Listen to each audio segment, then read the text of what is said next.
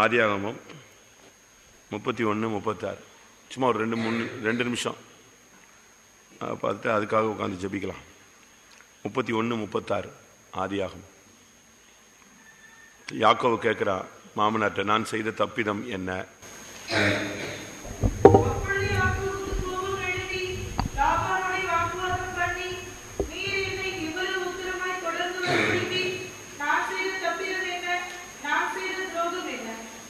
அவன் கேட்குறான், நான் செய்த தப்பு என்ன? என்ன தப்பு பண்ண சொல்லுன்னு கேட்குறான். என் தட்டுமுட்டுகள் எல்லாம் தடவி பார்த்தீரே, எல்லாம் தேடி பார்த்தீங்களேன்னு. ஒரு விதத்தில் அவன் மனைவி செய்த குற்றம் யாருக்கு தெரியாது? யாக்கோவுக்கு தெரியாது. அதனால் துணிஞ்சு கேட்டுட்டான். நம்ம இப்போ ஆண்டவருடைய சமூகத்தில் நாம் செய்த தப்பிதம் என்னங்கிறத நம்ம வெளியே சொல்லி ஆண்டவர்கிட்ட மன்னிப்பு கேட்கணும். நம்முடைய தப்பிதங்கள், ஃபால்ட், நான் செய்த தப்பிதம் என்ன? நம்ம செஞ்ச தப்பிதங்கள்லாம் நமக்கு தெரியாதா? நாம் செய்கிற தவறுகளில் 80% அறிஞ்சு தான் என்ன செய்கிறோம்.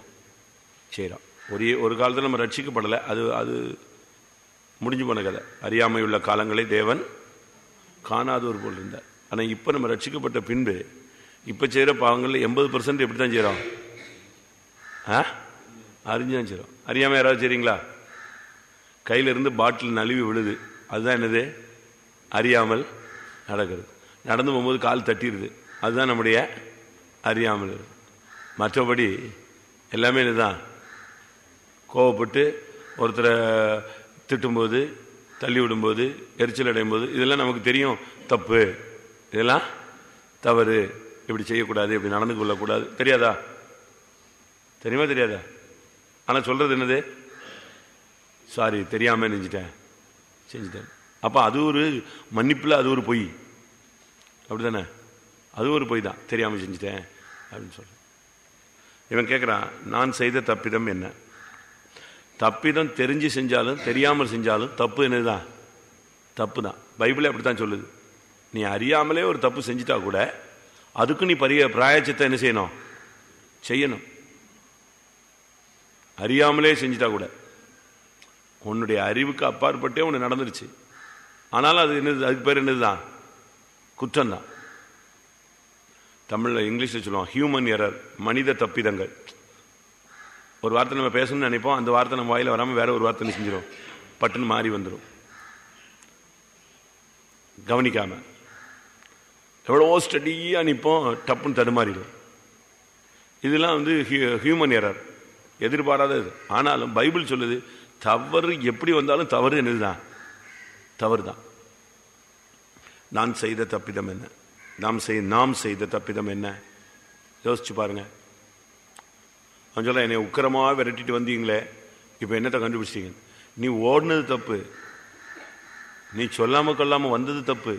அது ஏன் உனக்கு வரமாட்டேங்க? நீ வச்சிருக்கிற ஆடு மாடெல்லாம் யாருது?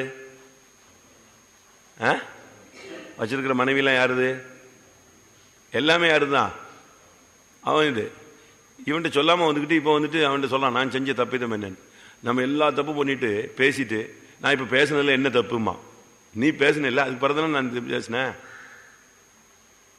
நான் செஞ்ச தப்பிதம் என்ன? இன்னைக்கு நம்ம ஆளுங்க துணிஞ்சு நான் செஞ்ச தப்பு சொல்லுன்னு கேட்குறாங்க. சொன்னா இதெல்லாம் தப்பு கிடையாது, போய் கேட்டுப்பாரு, 4 பேர்ட்டு சொல்லு எது தப்புன்னு சொல்லுவான் அப்படிமா. அப்படிதானே? நாம் இந்த விஷயத்தில் ரொம்ப கவனமாக இருக்கணும். 20 வருஷம் ஒருத்தர் இருந்துட்டு, எத்தனை வருஷம் இருந்தா? 20 வருஷம். 20 வருஷம் ஒருத்தர் வீட்டில் உட்காந்துக்கிட்டு சொல்லாமல் கொள்ளாமல் மனைவி பிள்ளைகளெல்லாம் கூப்பிட்டு ஓடி வந்துட்டு இப்போ சொல்கிறான், நான் செஞ்ச தப்பு என்ன? நீ இஷ்டத்துக்கு செய்வ. அவன் சொல்கிறான், நான் செய்த துரோகம் என்ன? நீ முதல்ல சொல்லாமல் வந்தது, அந்த இடத்த விட்டு சமாதானம் இல்லாமல் வந்தது, ஒன்றும் சொல்லலை, சொன்னால் விட மாட்டான், அது 2வது விஷயம். நீ என்ன செஞ்சுருக்கணும்? சொல்லிட்டு வந்திருக்கணும். 2வது, சமாதானமே ஆகாம தான் நீ என்ன செஞ்ச? ஓடி வந்த. அவன் கேட்குறான் ஒரு சூப்பரான கேள்வி. லாபான் ஒரு ஒன் வேர்டு கொஸ்டின் தான். என்ன கேட்டான் சொல்லுங்க பாபு. லாபான் கேட்ட ஒரு கேள்வி என்ன? இங்கே கவனிங்க, அப்படியே 3ஆம் கிளாஸ் பிள்ளைங்க மாதிரி அங்கிட்டு பார்க்கக்கூடாது. சொல்லுங்க. சொல்லுங்க. திருட்டளவாய் ஓடி வந்தது. சரி, இன்னொரு கொஸ்டின் சொல்லுங்க. அவன் சொல்றான், உன் தகப்பன் வீட்டுக்கு நீ போறதா இருந்தா போ, உன் தகப்பன் வீட்டில் உள்ள வாஞ்சையினால் நீ போகிறதா இருந்தால் போ, ஆனால் என் தெய்வங்களை ஏன் திருடி கொண்டு போகிறாய்? நம்முடைய பயணம் எங்க போகுது? பிதாவின் வீட்டுக்கு தான் போகுது. அப்படித்தானே? பிதாவின் வீட்டுக்கு தான் நம்ம போறோம். தகப்பன் வீட்டுக்கு போறோம். நம்ம தகப்பன் வீட்டுக்கு போகும்போது எதை தூக்கிட்டு போறான் இவன்? இவன் சொல்றான் எனக்கு தெரியாதுங்கிறான், எனக்கு நான் கொண்டு வரலங்கிறான். ஆனா உள்ள ஒரு ஆள் இருக்கு, எலும்பில் எலும்பும் மாம்சத்தில் மாம்சமும். இவன் அதிகமாய் நேசித்த ராகேல் தான் யாரு? திருடி. அவ மறைச்சு வச்சுட்டு உட்கார்ந்துட்டு இருக்கிற. ஆனாலும் நம்ம உள்ள வச்சுக்கிட்டு நம்ம என்ன கேள்வி கேட்கிறோம்? நான் என்ன தப்பு பண்ணேன்? எல்லாரும் செய்யாத தப்பா நான் செஞ்சுட்டேன். இப்ப எல்லாரும் அப்படித்தான் இப்ப கேட்கறது. உலகத்தில் எவனும் செய்யாததை நம்ம செஞ்சுட்டேன், யாரும் பார்க்காததை நான் பார்த்துட்டேன், நான் என்ன நடந்துருச்சு? எல்லாரும் தான் இப்படித்தான் இருக்காங்க. இந்த வார்த்தை வந்தாலே உனக்குள்ள என்ன நடந்துச்சுன்னு அர்த்தம்? விழுகை வந்துருச்சுன்னு அர்த்தம்.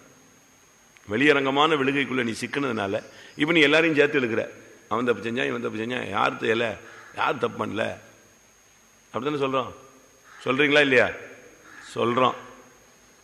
பெரும்பாலான ஊழியர்கள் விசுவாசிகளுக்குள்ள உள்ள அறிக்கை இதுதான். நான் மட்டும்தான் செஞ்சானாங்க, அவன் செய்யலையா, இவன் செய்யலையா, யாரு செய்யாது, புதுசா நான் என்னவோ செஞ்சுட்டானா, இதை போய் பெருசா சொல்லிட்டு இருக்கிறாங்க அப்படிம்பாங்க. நீ அங்கிருந்து சொல்லாம கொள்ளாம ஓடி வந்தது தப்பு. ரெண்டாவது, சமாதானம் இல்லாம அங்கிருந்து ஓடி வந்தது தப்பு. எல்லாத்தையும் மொத்தமா வாரி சுருட்டி அடிச்சு தூக்கிட்டு ஓடி வந்தது தப்பு. எல்லாம் செஞ்சுட்டு இப்ப கேட்கறது மட்டும் நான் செஞ்ச தப்பிதம் என்ன? நீ எல்லாம் தெரிஞ்சுதானே செஞ்ச. பைபிள் சொல்லியிருக்கு, அறியாமல் செய்த தப்புக்கு கூட அவன் என்ன செய்யணும்? பிராயச்சித்தம் செய்யணும். லேவியராகமம் 5ஆம் அதிகாரம் 18ஆம் வசனம்.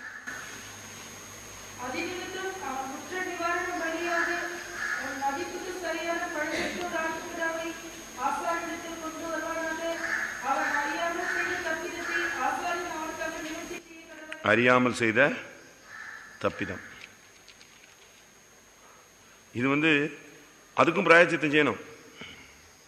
அதுக்கு ஒரு குற்ற நிவாரண பலியாக ஒரு பலுதற்ற ஒரு ஆட்டுக்கிடாவே அவன் கொண்டு வரணும். அறியாமல் தான் நடந்துருச்சு. நம்முடைய வாழ்க்கையில கூட அறியாமல் சின்ன வயசுல இல்லாவிட்டா புத்தியினத்துல அவசரத்துல ஏதாவது நடந்துட்டா அது அறியாமல் நடந்தது. அதுக்கு நம்ம என்ன செய்யணும்? ஆண்டவர்கிட்ட மன்னிப்பு கேட்கணும். ஆண்டவரே, அது அறியாமல் கூட நெஞ்சிடக்கூடாது, நடந்துடக்கூடாது சுவாமி. குற்றம்னு வந்துட்டுனா எல்லாமே என்னதுதான் குற்றம். இப்ப இங்க ஒரு சகோதரன் புதுசா வர்றாரு, நல்ல ஒரு சகோதரன், நல்ல ஒரு வசதியான குடும்பத்தை சேர்ந்தவர், இங்கதான் வந்துட்டு இருக்காரு. ரொம்ப பேதமையான ஒரு சகோதரன், பாவம், இன்னோசன்ட், நல்ல ஒரு டீச்சர், நல்ல வசதியானவர், எவ்வளவோ சொத்துக்கள் இருந்துச்சு. அதை ஒருத்தன் டெக்னிக்கலா எழுதியிருக்கான்.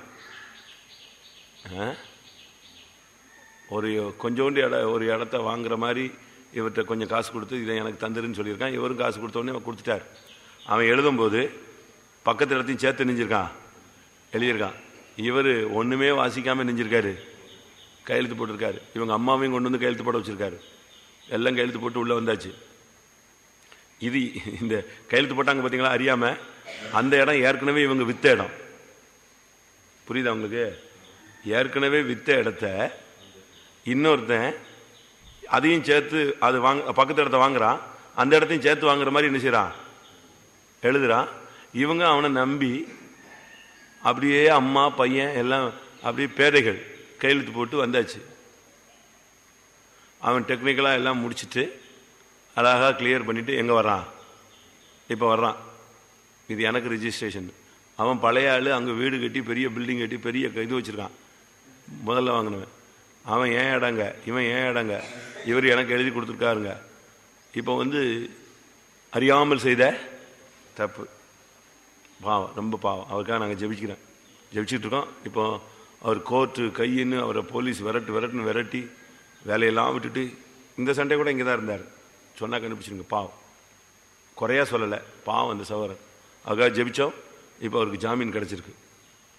கோர்ட்லேருந்து ஜாமீன் கிடச்சி தான் ஓடிட்டு இருக்கான். எதுக்கு இது சொல்கிறேன்னா, அறியாமல். இப்போ அவன் பயங்கரமான ஆள். அந்த பிராயச்சித்தம் கேட்குறான். நீ அறியாமையோ செஞ்சியோ அறிஞ்சு செஞ்சியோ எவ்வளோ கொடு? 1 ஏக்கர் 1 லட்சத்துக்கு வாங்கிட்டு 30 சென்ட் இடத்த பக்கத்தில் எழுதிட்டு மொத்தம் 6 லட்ச ரூபா கொடுங்குறான். இவர் வித்ததே எவ்வளவுக்கு தான்? 1 லட்சம். கேட்கறது எவ்வளவு? எவ்வளவு மோசமான உலகம், பயங்கர ஏமாத்து.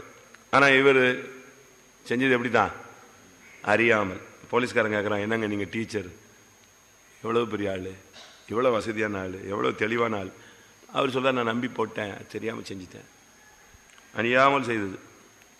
அதனால பைபிள் சொல்லுது, அறியாமல் செய்து தப்பிதனால அதுக்கு என்ன உண்டு? பிராயச்சித்தம். நீங்கள் இன்னைக்கு கேட்கணும், கத்தாவே அறிந்தோ. நீங்கள் இந்த நாராயணசாமி கோயிலுக்கு போயிருப்பீங்களா? ஐயா ஐயா என்ன ஐயா தானே, ஐயான்னு சொல்லுவாங்க. ஐயா வைகுண்ட சாமின்னு சொல்லுவாங்க. பெரிய நாமம் போட்டிருப்பாங்க, பார்த்துருக்கீங்களா? நீங்கள் அங்கே போனீங்கன்னா அவன் சொல்லுவான், அறிந்தோ அறியாமலோ, தெரிந்தோ தெரியாமலோ. கேட்டிருக்கீங்களா? நான் செய்த தவறுகளை ஐயா பொறுத்து மெய்யாய் மாற்றி, அப்படி ஒரு கோரஸ் மாதிரி சொல்லுவாங்க. டெய்லி சாயங்காலம் காலையில் அந்த கோயிலில் போய் சாமி கும்பிடும்போது சொல்லுவான் இந்த கோரஸ் மாதிரி. அறிந்தோ அறியாமலோ, தெரிந்தோ தெரியாமலோ, நான் செய்த எல்லா கருமங்களையும் ஐயா பொறுத்து மெய்யாய் மாற்றி சொல்லிக்கிட்டே இருப்பான். டெய்லி காலையிலேயும் மாலையிலும் இதுதான். அதாவது அறிந்தோ அறியாமலோ, தெரிந்தோ தெரியாமல். எப்படி இருக்கும் பார்த்தீங்களா? அப்போ உலகத்து மனுஷன் போய் இப்படி சொல்லும் பொழுது நாம் அறியாமல் செய்த தப்பிதங்கள் நமக்குள்ள இருக்கான்னு என்ன செய்யணும்? பார்க்கணும். தெரிஞ்சு செஞ்ச தப்போ தெரியாமல் செஞ்ச தப்போ அதுக்கெல்லாம் ஆண்டவர்கிட்ட என்ன செய்யணும்? மன்னிப்பு கேட்கணும். ஒரு சிலர் யாருக்குமே தெரியாமல், சபைக்கு தெரியாமல் செய்கிறாங்க, யாருக்குமே தெரியாது. என்னாகமம் 15:24.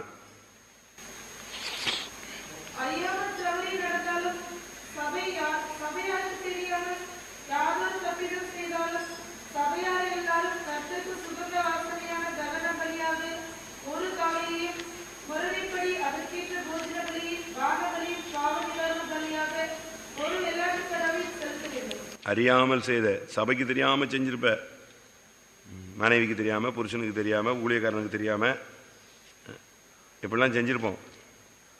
அறியாமல் தவறி நடந்தாலும், சபையாருக்கு தெரியாமல் யாதொரு தப்பிதம் செய்தாலும், ஒரு லிமிட் வரும்போது தான் தெரியும் சபைக்கு. வெளியே வரும்போது எப்பதான் வரும்? அது ரொம்ப லேட்டா வரும்போது தான் தெரியும். யாருக்குமே தெரியாது, சபையாருக்கு தெரியாம. நான் ஒரு இடத்துல ஊழியம் செஞ்ச போது ஞானஸ்தானத்துக்கு ரெடி பண்ணேன்.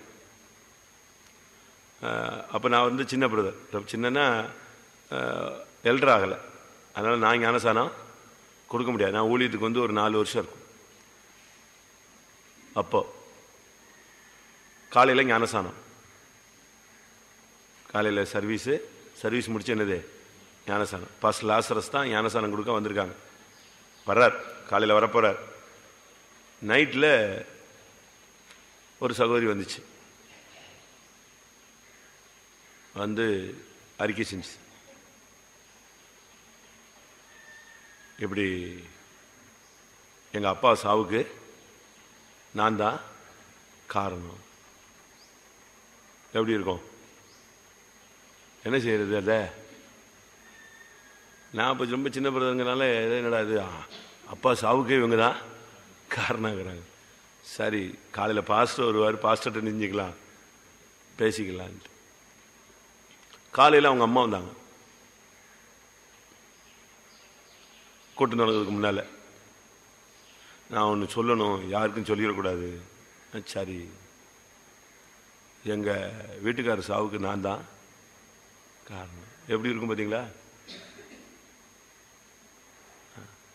திருப்பி நான் போய் எனக்கு ஒரு மாதிரி இருந்துச்சு, இது என்னடா இது, இந்த வயசுலேயே இந்த கேஸ்லாம் அட்டன் பண்ண வேண்டியிருக்குன்ட்டு நேராக பாஸ்டர் லாசரஸ்ட்டை விட்டேன். ஆனால் அவர் தகப்பன், அவர் விசாரித்தார், எல்லாம் தனித்தனியாக கூப்பிட்டு 2 பேரையும் கூப்பிட்டாரு, 2 பேரையும் பேசினார். சரி, அறியாமல் உள்ள காலங்களை தேவன் காணாதவர் போல் இருந்தார். அது ரட்சிக்கப்படுற காலங்களுக்கு முன்னால் நடந்தது. ஓகே, ஞானஸ்தானம் கொடுத்துட்டார். இன்றைக்கி அவங்கெல்லாம் எங்கே இருக்காங்க? சத்தியத்துக்குள்ளே இருக்கிறாங்க. இயேசுவின் ரத்தம் அந்த பாவத்தை என்ன செய்கிறது? மன்னிக்கிறது. அதனால் சபையாருக்கு தெரியாமல், ஊருக்கு தெரியாமல், குடும்பத்துக்கு தெரியாமல் அப்படிலாம் நம்ம நெஞ்சிருப்போம், தவறு செஞ்சுருப்போம். அந்த தப்பிதங்கள்லாம் எங்கேயாவது இருந்தால் ஆண்டவர்கிட்ட கேட்டு, எல்லா தப்பு பண்ணிட்டு நான் செய்த தப்பிதம் என்ன சொல்லுன்னு சொல்லிட்டு இருக்கக்கூடாது. இவன் மருமக மாமனார்ட்ட எப்படி பேசலாம், ஆண்டவர்கிட்ட எப்படி பேசலாமா? மாமனாரும் மருமகனும் பேசிக்கலாம். ஏன்னா மாமனாருக்கு மதிப்பு கிடையாது எந்த வீட்லையும். யாருக்கு தான் மதிப்பு ஜாஸ்தி? மருமகனுக்கு தான். ஏன்னா இவனை கட்டி கொடுத்துட்டா இவன் வந்து மாமனார் ஆயிடுவான் அந்த வீட்டில். இப்போ இவன் தான் கேள்வி கேட்பான், இவன் தான் இவனை முன்னால் தலையில் ஒன்று நிப்பாட்டி வைக்கணும். இவரை தான் தூக்கி தூக்கி எங்கே நிப்பாட்டணும்? ஸ்டேஜில். ஆமாம், நிப்பாட்டிக்கிட்டே இருக்கணும். இல்லைன்னா அவன் மூஞ்சி தூக்கிடுவான், வரமாட்டான்மா, ஏதாவது சேட்டை பண்ணுவான். இப்போ அவன் கேட்குறான், சரி நீ என் மாமன்ட்ட கேட்ட, கத்தட்ட சொல்லுவியா? இதே கேள்வியை யாக்கோபு நான் செய்த தப்பிதம் என்ன சொல்வானா? அவர் ஆசீர்வதிக்கலன்னு 7 மணி நேரம் காலை பிடிச்சான்ல, பிடிச்சானா? அங்கே ஏதாவது பேசினானா? 7 மணி நேரத்தில் ஏதாவது பேசினானா? நைட்டெல்லாம் அழுதானே, நைட்டெல்லாம் ஆசீர்வதின்னு சொன்னானே, அங்கே போய் இதை கேட்கலாம்ல. ஆண்டவரே நான் செய்த தப்பிதம் என்ன சொல்லுவார். நீ செஞ்ச தப்பிதம், உங்கள் அண்ணன் டயர்டாக வரும்போது நீ ஏமாற்றி எதை வாங்கின? சேஷ்டபுத்திர பாகத்தை வாங்கின. உங்கள் அம்மா சொன்னான்னு சொல்லி எதை செஞ்ச? தோளுடைய போட்டுக்கிட்டு உங்கள் அப்பாவை கண்ணு தெரியலன்னு என்னுடைய முற்பதாவாகிய ஈசாக்கை ஏமாற்றினாய் சொல்லுவார்ல. ஆடு குட்டி போடும்போதெல்லாம் இப்படி டெக்னிக்கலாக மாற்றி மாற்றி உனக்கு அந்த குட்டியை நெஞ்சுக்கிட்ட மாற்றின, மாமனாரை ஏமாத்தின சொல்லுவார்ல ஆண்டவர். அது அங்கே போய் கேட்க மாட்டான் இந்த கேள்வியை. தேவ சமூகத்தில் இப்படி கேட்டான் என்ன ஆகும்? ஒவ்வொன்றாய் உன் கண்முன் என்ன செய்வேன்? நிறுத்துவேன். இருக்கா அப்படி வசனம்? ஆண்டவருக்கு முன்னால போய் பேசுவியா? பேசுனா போச்சு, வந்து நிறுத்துவார். அப்ப என்ன பண்ணுவார்? சங்கீதம் 50:21.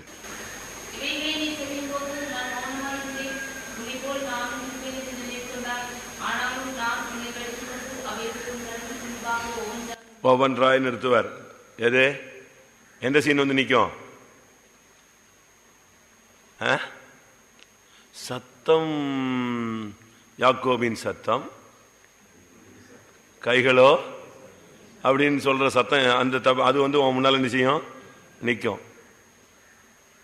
இல்லை, உன்னை விட்டு போகாது. நீ சபைக்கு தெரியாம செஞ்சாலும். அதனால தான் யோபு சொல்றாரு, நான் செய்த தப்பிதான் என் கூடயே தான் இருக்குங்கிறாரு. வாசிங்க யோபு 19:4.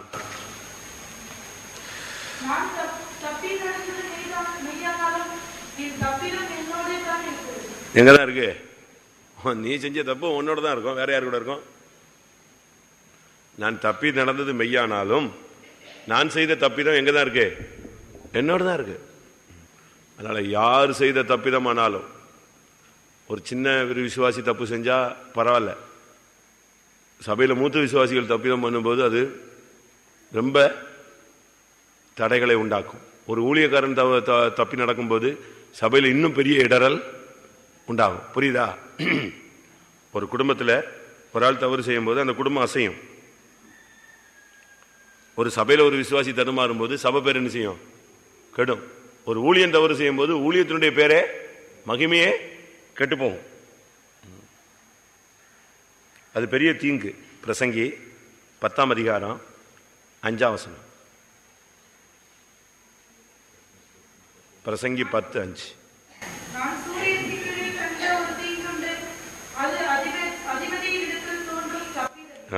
ஒரு தீங்குன்னு சொன்னா பெரியவங்க கிட்ட செய்யற. சின்ன பசங்க, இப்போ நேற்று ரட்சிக்கப்பட்டவன் அவன் போய் சினிமா பார்த்துட்டான் அப்படின்னா அவனுக்கு இன்னும் அந்த ரட்சிப்பு என்ன கிடையாது? கிருபை இல்லை. கோவப்பட்டுட்டான், புதுசாக வந்த ஆள் ஒரு தப்பு பண்ணிட்டான் அப்படின்னா அவன் வந்து அறியாமல், அவனுக்கு இன்னும் அந்த மனப்பக்குவங்கள்லாம் என்ன செய்யலை, கிடைக்கல, விடுதலை கிடைக்கல. 20 வருஷம் ஆச்சு, திருப்பி போய் நீ தவறு செஞ்சின்னா அது பெரிய தீங்கு. என்ன தப்பு செஞ்சாலும் நமக்கு தண்டனை உண்டு. அதுக்கு பலனை அனுபவிச்சு தான் என்ன செய்யணும்? உப்பு தின்னவன் தண்ணி குடிக்கணும். தவறு செஞ்சுட்டா அதுக்கு என்ன உண்டு? தண்டனை உண்டு. ரோமர் 1:27.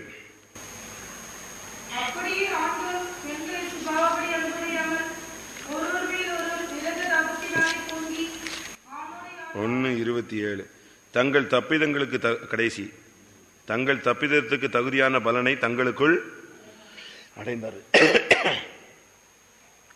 நம்ம தப்பி நடந்து அதை அறிக்கை பண்ணாம விட்டுட்டா நம்முடைய தப்பிதத்துக்கு தகுதியான பலன் நமக்கு நிச்சயம் கிடைக்கும். அதுக்கு தான் இந்த சுத்திகரிப்பு கூட்டங்கள்ங்கிறது. இந்த நேரங்களை நம்ம பயன்படுத்தி அழுது புரண்டு மன்னிப்பு கேட்டு கீழே ஆண்டவருடைய பாதத்தில் விழுந்து ஆண்டவர்கிட்ட எப்படியாவது மன்னிப்பு கேட்டு நம்ம என்ன செய்யணும், சரிப்படுத்தி கொள்ளணும். கொஞ்ச நேரம் ஜெபம் பண்ணுவோமா? நம்முடைய ஊழியத்தில், ஜீவியங்களில், நம்முடைய குடும்பங்களில், நம்முடைய வேலை ஸ்தலங்களில், நம்முடைய வீடுகளில், நமக்குள்ள ஏதாவது மறைந்திருக்கிற தப்பிதங்கள் இருக்குமானால் கர்த்தர் அதெல்லாம் வெளிப்படுத்தணும். ஆண்டவரே, நான் செய்த தப்பிதம் என்ன, எந்தெந்த காரியங்களில் நான் நன்மையாக செஞ்சேன், அது கூட உம்முடைய பார்வையில் தவறாக இருந்தால் என்ன செஞ்சிருங்க, என்னைய மன்னிச்சிருங்க. நம்ம ஒருத்தருக்கு போய் புத்தி சொல்லுவோம், அவங்க உட்காந்து அழுவான், ஏன்னா இவர் என்னை சொல்லிட்டாருன்னு. நீங்கள் சொன்னது என்னதுதான், புத்திமதி தான். ஆனால் அவங்களுக்கு அது எப்படி தெரியும், குத்தி காட்டினது போல தெரியும். அவன் உடனே உங்கள் மூஞ்சிலையும் முடிக்க மாட்டான் அடுத்த நாள். இப்படிலாம் பண்ணுவாங்க புரிஞ்சிக்காம. அது கூட நமக்கு தேவையில்லை. நான் நலமானதையும் பேசாமல் ஊமையா இருந்தேன், போ நீ பாட்டு போயிட்டாரு. நீ போய் அவனுக்கு போய் புத்தி சொல்ல போய் அவன் உட்காந்து அழுது, அவன் ஓடி, ஐயோ எல்லாருக்கும் தெரிஞ்சு போச்சான். அவன் செய்யும் போது எல்லாருக்கும் தெரியாதா? கொஞ்ச நேரம் கர்த்தருடைய சமூகத்தில் தாழ்த்துவோம். கர்த்தாவே, நாங்கள் செய்த தப்பிதங்களை எனக்கு மன்னியும். ஆண்டவரே, அறியாமல் செய்த தப்பிதங்களை மன்னியும். சபைக்கு தெரியாமல் செய்த காரியங்களை மன்னியும். நான் செய்த தப்பு என்னோடு கூட தான் இருக்குது சுவாமி. நான் செய்த தப்பிதம் என்ன என்று தேவனிடத்தில் கேட்டால் அவர் ஒவ்வொன்றாய் கொண்டு வந்து நிறுத்துவார். ஆண்டவரே, எங்களுடைய தப்பிதங்களை மன்னியும். ஆண்டவரே, ஆண்டவர் நம்முடைய தப்பிதங்களை மன்னிக்கிறார். அப்படித்தானே? ஆண்டவர் மன்னிக்கிறாரா? நீங்க அறிக்கையிட்டா கர்த்தர் என்ன செய்வாரு? மன்னிப்பாரா, மன்னிக்க மாட்டாரா? அப்ப நீங்களும் என்ன செய்யணும்? மற்றவங்களுடைய தப்பிதங்களை மன்னிக்கணும். அப்படித்தானே? கரெக்ட் தானா? வாசிங்க ஒரு வசனம், மத்தேயு 6:14, அடுத்து மத்தேயு 18:35, மத்தேயு 6:14, மத்தேயு 18:35.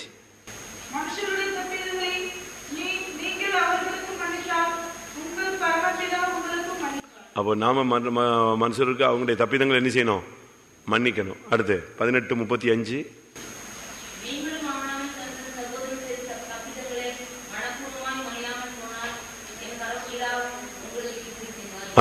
நீங்க மன்னிக்கலன்னா தப்பிதங்களை மற்ற ஆண்டவர் உங்களுக்கு என்ன செய்ய மாட்டாரு? மன்னிக்க மாட்டார். கொஞ்ச நேரம் ஒப்பு கொடுக்கலாமா? நம்முடைய தப்பிதங்களை ஆண்டவர்கிட்ட மன்னிப்பு கேட்போம்.